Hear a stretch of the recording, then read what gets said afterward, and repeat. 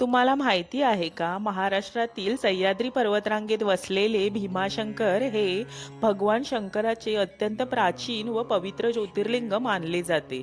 या मंदिरामागे एक अत्यंत रोमहर्षक पौराणिक कथा सांगितली जाते.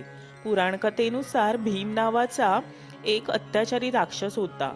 तो कुंभकर्णाचा पुत्र आणि रावणाचा नातू होता. आपल्या वडिलांच्या मृत्यूचा सूड घेण्यासाठी भीमाने कठोर तपश्चर्या करून ब्रह्मदेवांकडून अपार शक्तीचे वरदान मिळवले. त्या शक्तीच्या जोरावर तो देव, ऋषी आणि सामान्य लोकांवर अत्याचार करू लागला.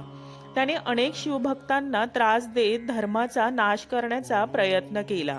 या राक्षसाच्या अत्याचारांमुळे त्रस्त झालेले देव व ऋषी भगवान शंकरांकडे शरण गेले. भक्तांची करुणा ऐकून भगवान शंकर भीमाशी युद्ध करण्यासाठी सह्याद्री पर्वतात अवतरले. भीषण युद्ध झाले. अखेर भगवान शंकरांनी आपल्या त्रिशूलाने भीम राक्षसाचा वध केला. असे मानले जाते की या युद्धानंतर भगवान शंकरांनी तेथेच विश्रांती घेतली आणि त्यांच्या घामाच्या थेंबापासून भीमा नदीचा उगम झाला. त्यामुळे या स्थानाला भीमाशंकर असे नाव पडले. भक्तांच्या आग्रहावरून भगवान शंकरांनी येथे ज्योतिर्लिंग रूपात वास करण्याचे मान्य केले. भीमाशंकर मंदिर हे केवळ धार्मिक दृष्ट्या नव्हे तर निसर्ग सौंदर्यानेही समृद्ध आहे.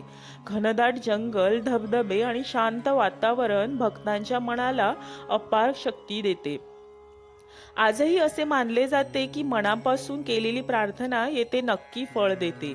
म्हणूनच संकटाच्या काळात भक्त श्रद्धेने भीमाशंकराच्या चरणी नतमस्तक होतात आणि शिवकृपेचा अनुभव घेतात.